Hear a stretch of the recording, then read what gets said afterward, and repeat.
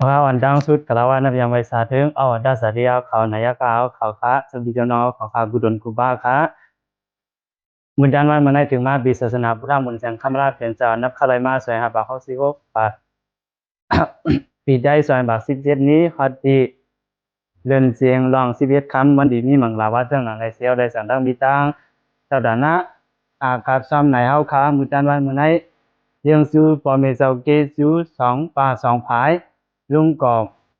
ไหมคำนายสิ่งของลุงจาเหลียงป่าเหลียงอันไรเสียงกามชื่อมูลกาเสลุงตายก๋อยป่านางนินมุงเอาเขาค้ามุ่งหมู่ซึ่งก่อตั้งหอตั้งเฮิรนนำจาลาดเวียงเสียนหวีอยู่ด้านมาดีเขาโดยเสียนั้นก็หมายต้องวันเกิด2ปีเต็มใต้เมียดูฟอก12เวลาเสียวผมดูกาเขาซ้อมพักซ้อม1แสนจับอยู่ด้านมาดีเขานางฮือเจ้าดานะอันไรกับซ้อมมามือจันมันในก็ได้สร้างอันเบียนพอมีดัง2บาท2ภายอันไรเสียงการสุนมุนกาเซียนก็ได้สร้างกันดอกดิซ่าในก็ให้ตาหน้ายองดีกันดอกดิกีในก็ตาหน้าอันไรสร้างมือจันมื้อไหนย่องเอาฮอดที่ทัดดิแมติกัดดิเย็นเตรียมรุ่มเปลี่ยนอันเสียมกว่านางฮืออันเรียนรู้ล้างทั้งหมดดังเสียนคิดปานหลังในก็ให้บ่ได้อยู่ดีกินวันก็เรียนซื่อละก้าวขายมันขึ้นมาสู่มันมีดีเด่นกับวันตามมื้อนาเซียนก็ได้สร้างนางเฮือนเรียนเจ้าดานะหมายต้องวันเกิด2ปีเต็มใต้เมียอยู่อันในอยู่ด้านมามือจันมันมื้อไหนก็ได้สร้างให้บ่ได้อยู่ดีกินวันก็เรียนซื่อสาขึ้นมาสู่กับวันตามมื้อนั้นก็ได้สร้างนางฮือเจ้าดานะเจ้าเวียจะสังหาเจ้าเขาในไรสร้างมื้อจันวันมื้อไหน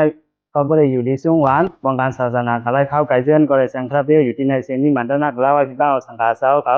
สมุนยันสุบันเจ้าดานะเจ้าเวียจะทั้งหมดทั้งสิ่งปาสิกรรมดีค่ะ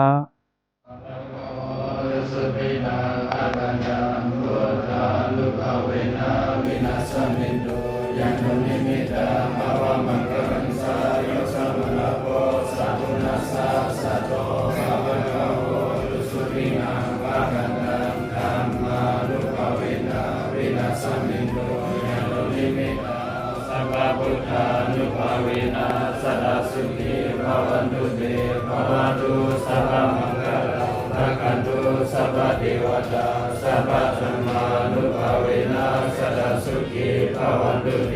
ภวตุสัพพมังคลังรักขันตุสัพพเทวตาสัพพสังฆานุภาเวนะสัตสุขีภวันตุเต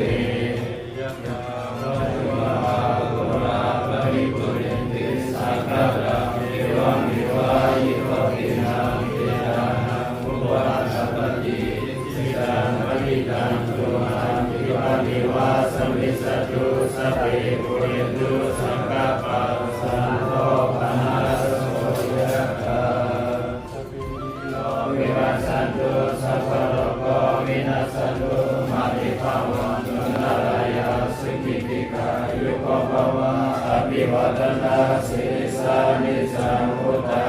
สัยโนสัตตโร